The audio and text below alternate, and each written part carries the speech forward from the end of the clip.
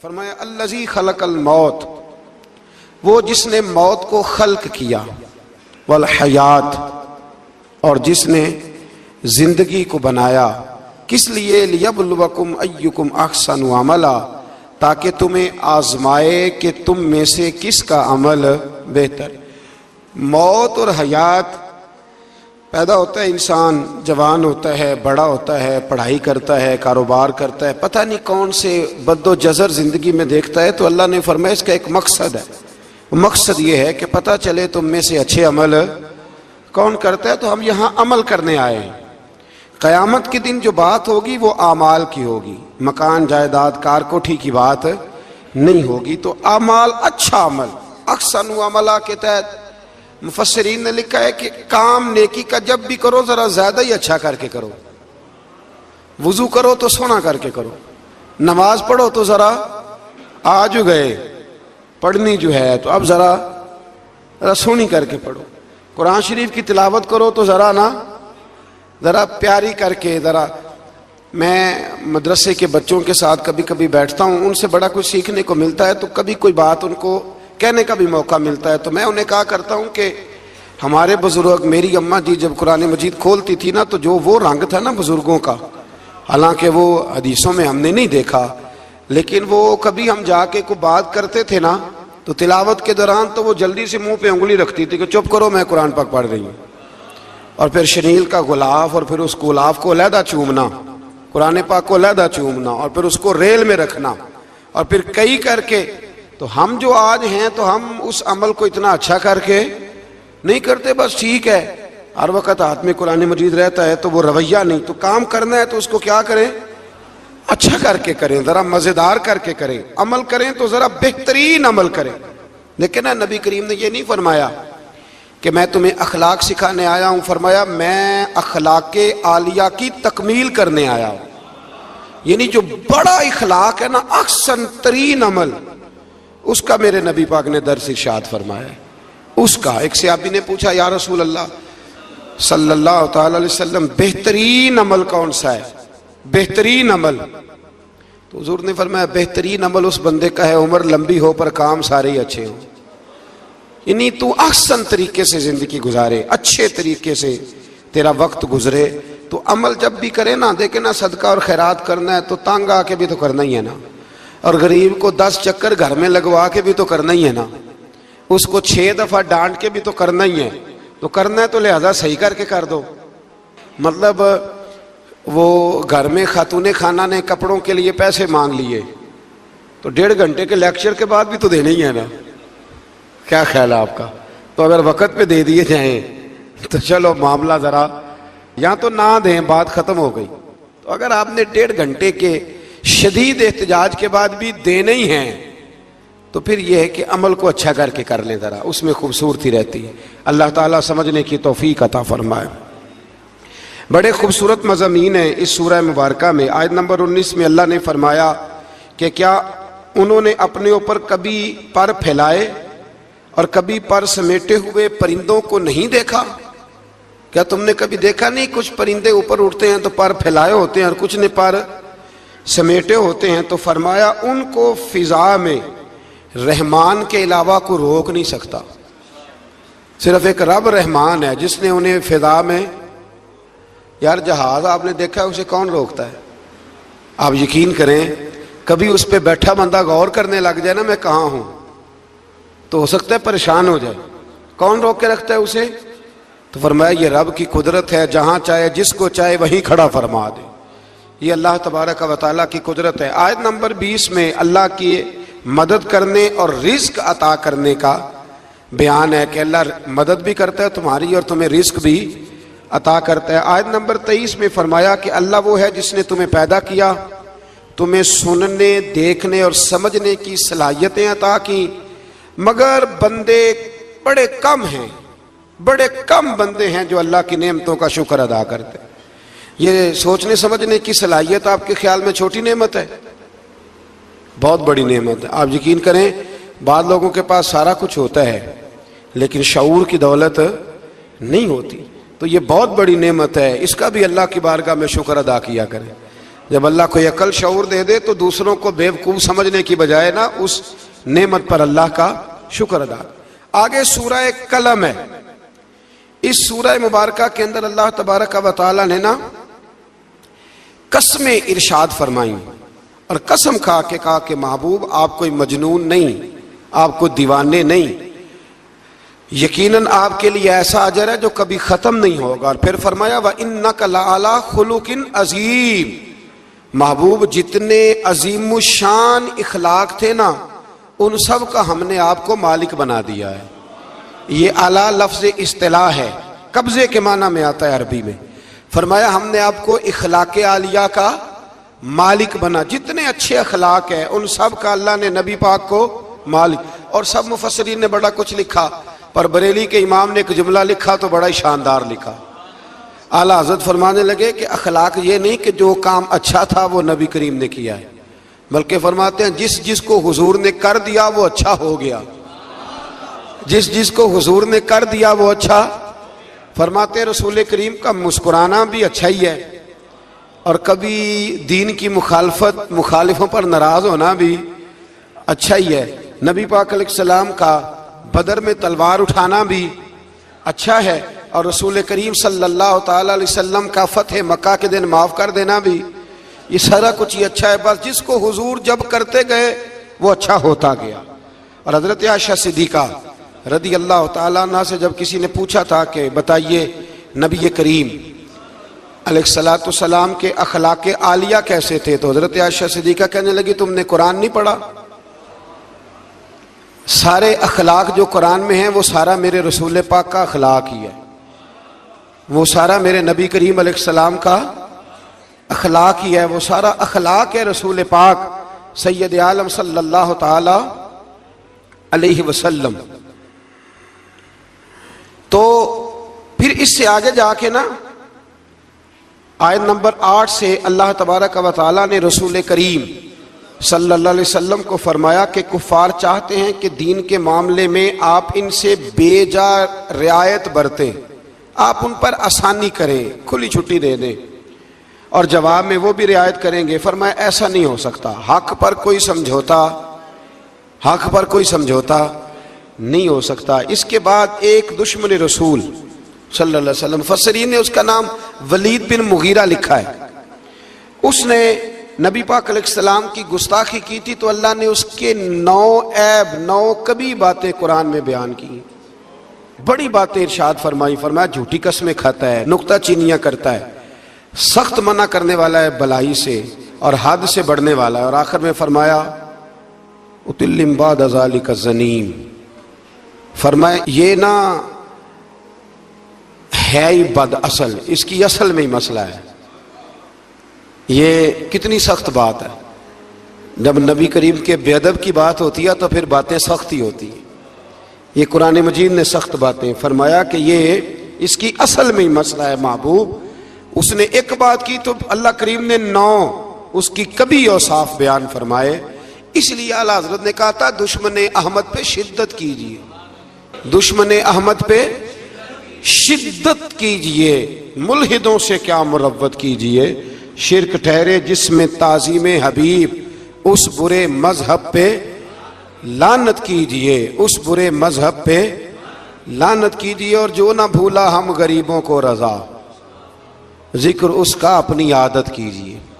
آگے پھر سورۃ الحاقہ، اس سورہ مبارکہ کے شروع میں قیامت کے حق اور یقینی ہونے کو بیان کیا گیا ہے، پھر قوم سمود اور قوم عاد اور فرعون پر نازل ہونے والے عذاب کا ذکر ہے۔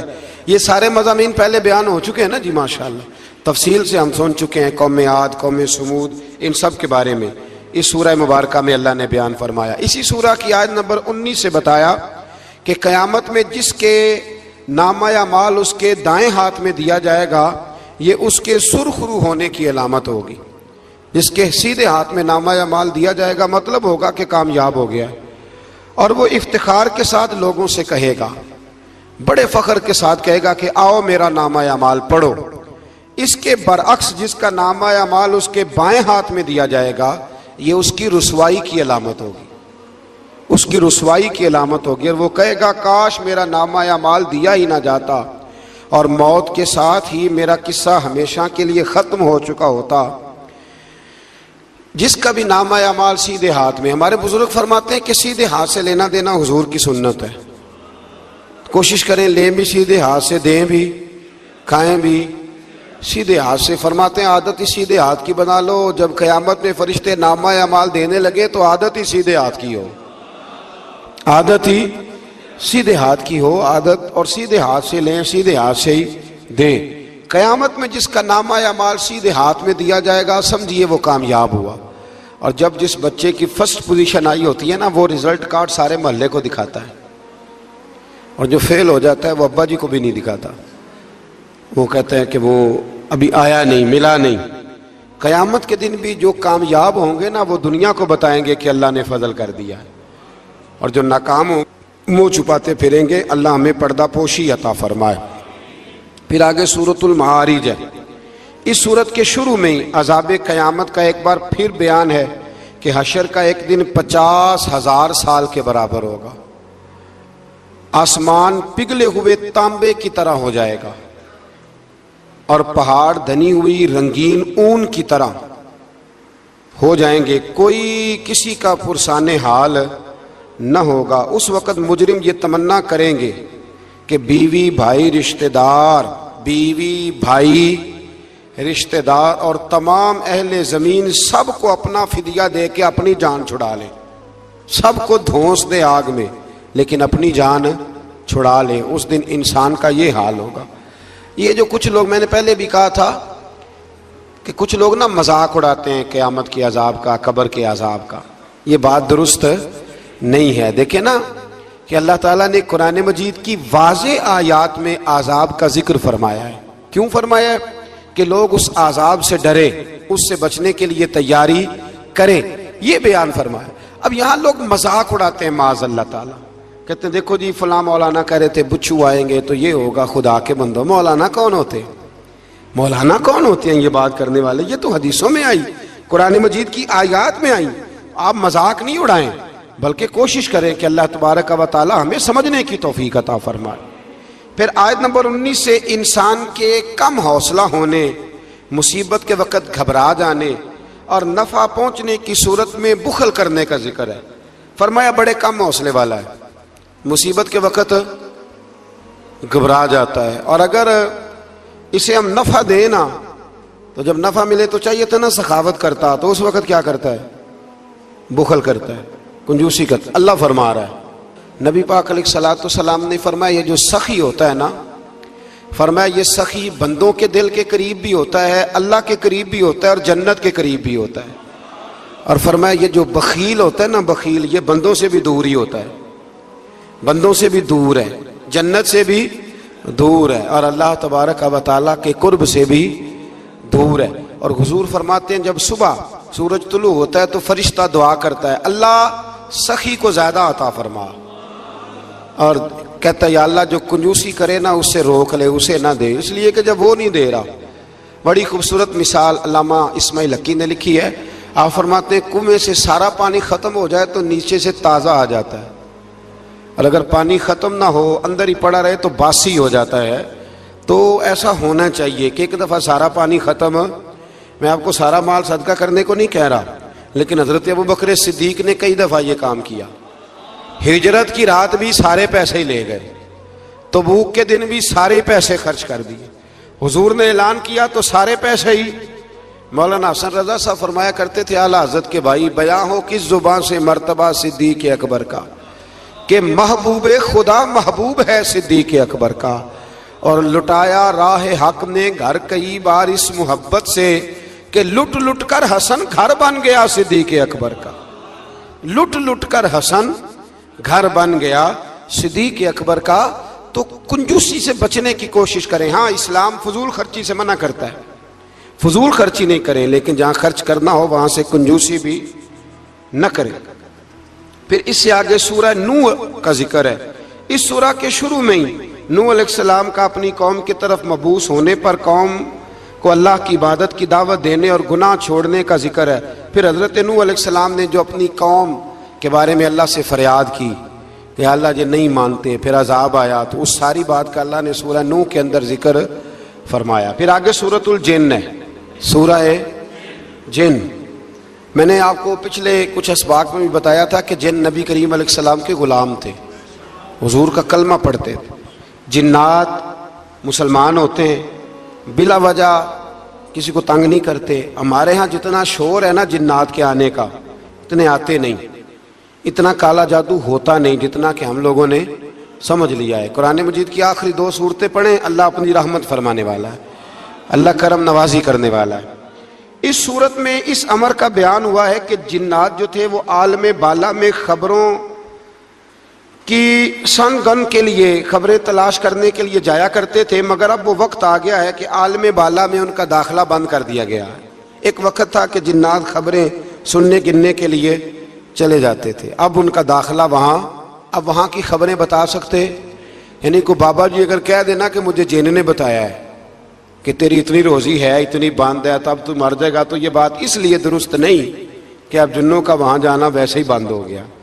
تو اب بابا جی تو آپ کو پتہ ہے نا، یہ بھی کہہ دیتے ہیں اللہ ماشاءاللہ کہ وہ چیزیں پیسے مانگتی ہیں، یعنی بڑی بڑی عجیب فلسفے کے ساتھ نا وہ چیزیں پیسے مانگتی ہیں۔ تو میں نے کہا مطلب چیزوں کا پیسے مانگنا تو سمجھ میں نہیں آتا، یا پھر کوئی ایسی بات بتا دی جاتی ہے کہ جس سے وہ پیسے دینے والا ماحول بن جاتا ہے۔ تو فرمایا اب ان کا وہاں جانا بند ہے، اور جو بھی جاتا ہے محافظ ان کا راستہ روک لیتے ہیں، اور آگ کے گولے ان پر برسائے جاتے ہیں اگر آسمانوں پر جانے کی جن کوشش کریں۔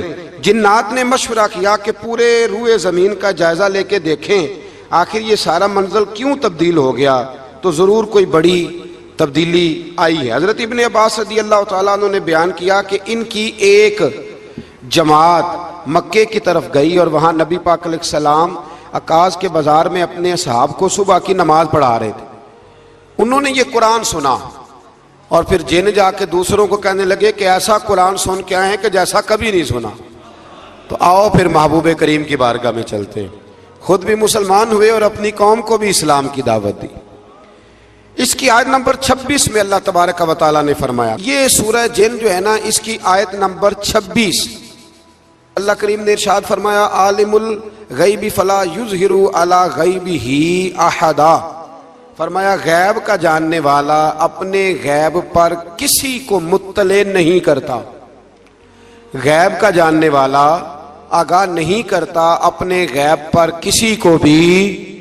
آگے فرمایا الا من ارتضی من رسول، لیکن اپنے رسولوں میں سے جس کو پسند کرتا ہے اس کام کے لیے چن لیتا ہے۔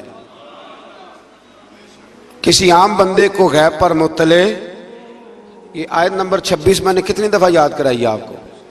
تو بھئی عقائد جو ہوتے ہیں وہ جب سے ہم قرآن مجید پڑھ رہے ہیں جگہ جگہ عقائد آئے ہیں اہل سنت کے، جگہ جگہ آئے، تو آپ سمجھے نا کہ یہ عقیدہ جو ہوتا ہے یہ شعر سے ثابت نہیں ہوتا، یہ قرآن حدیث سے ثابت ہوتا ہے۔ شعر تو ایک ذوق کا نام ہے۔ تو فرمایا عام آدمی کو اللہ غیب پر اطلاع نہیں دیتا، پر اپنے رسولوں میں سے جس کو چاہتا ہے اس کام کے لیے چن لیتا ہے۔ تو بتائیے نبی پاک سے بڑھ کے بھی اللہ کسی کو چاہتا ہے؟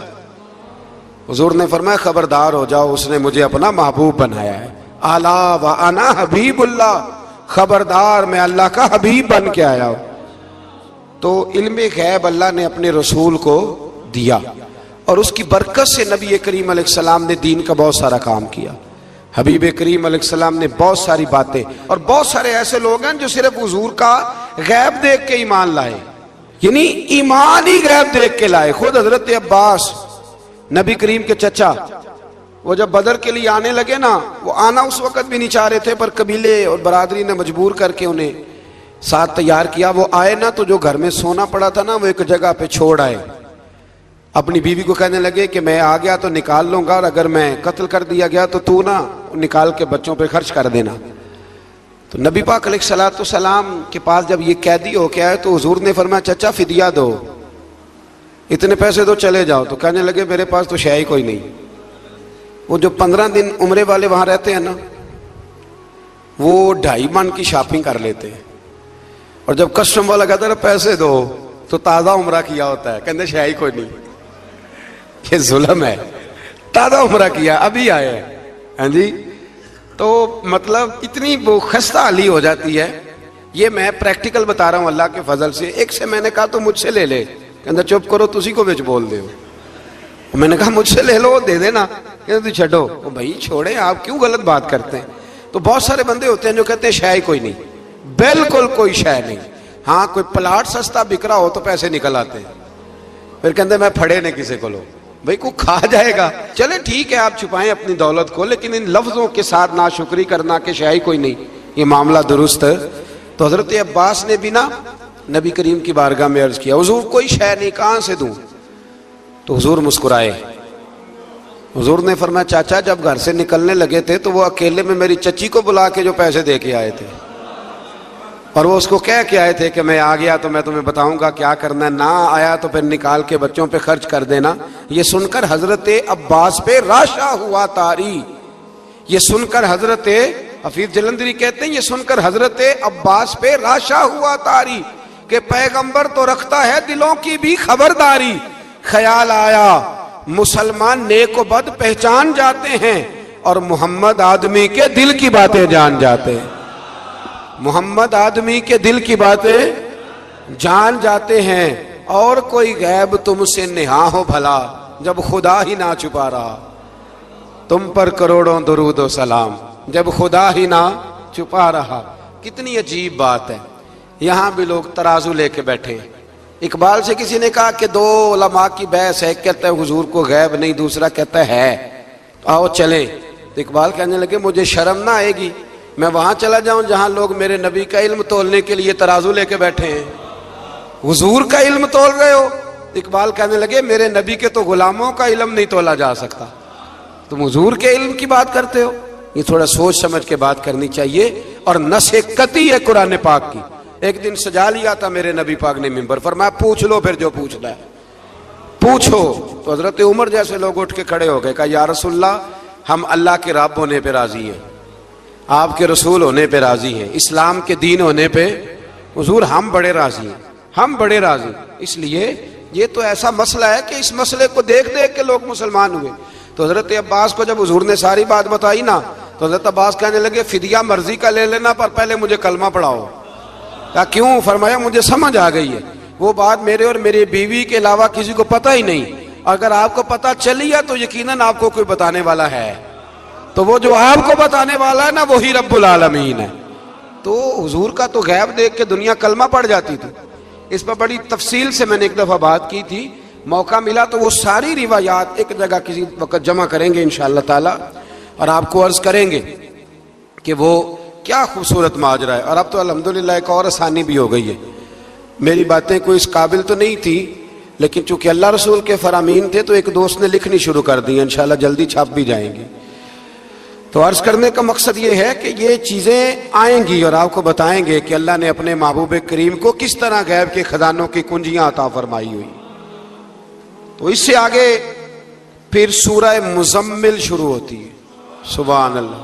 سورہ یا ایھا المزمل, کہا او چادر اوڑھنے والے محبوب, قم اللیل الا قلیلا, ساری رات نہ بیدار رہا کر, تھوڑا آرام بھی کر لیا کر, تھوڑا سا. کیا کہا حضرت نے؟ خدا کی رضا چاہتے ہیں دو عالم, خدا چاہتا ہے رضا. اور درویش کہتے ہیں رب آکھیا سونے محبوبہ تیرے 100 ناز اٹھانا ہاں, لوکی میریاں قسماں چاندے نے میں تیریاں قسماں چاہنا. کہا اے میرے پیارے حبیب, اے چادر اوڑھنے والے, تھوڑا آرام بھی کیا کریں. حضور ساری رات نماز پڑھتے تھے نا, تو اللہ نے کہا محبوب تھوڑا آرام بھی کیا کریں. پھر اس میں بڑے خوبصورت چیزیں اللہ کریم نے بیان فرمائی ہیں, قیامت کی ہولناکیوں کا بھی ذکر فرمایا ہے. پھر آخر میں فرمایا کہ تم اپنی بھلائی کے لیے جو کچھ بھی آگے بھیجو گے اس کو اللہ تعالیٰ کے پاس اس سے بہتر اور زیادہ ثواب والا پاؤ گے. یعنی اس کا معنی یہ بھی ہو سکتا ہے کہ اپنی سوچ سے زیادہ تم ثواب پاؤ گے جو چیز آخرت کے لیے تم بھیجو گے. اور اللہ سے مغفرت طلب کرتے رہو, بے شک اللہ بہت مغفرت فرمانے والا اور بے حد رحم کرنے والا ہے. پھر اس سے آگے سورہ مدثر ہے. مزمل کے فوراً بعد سورہ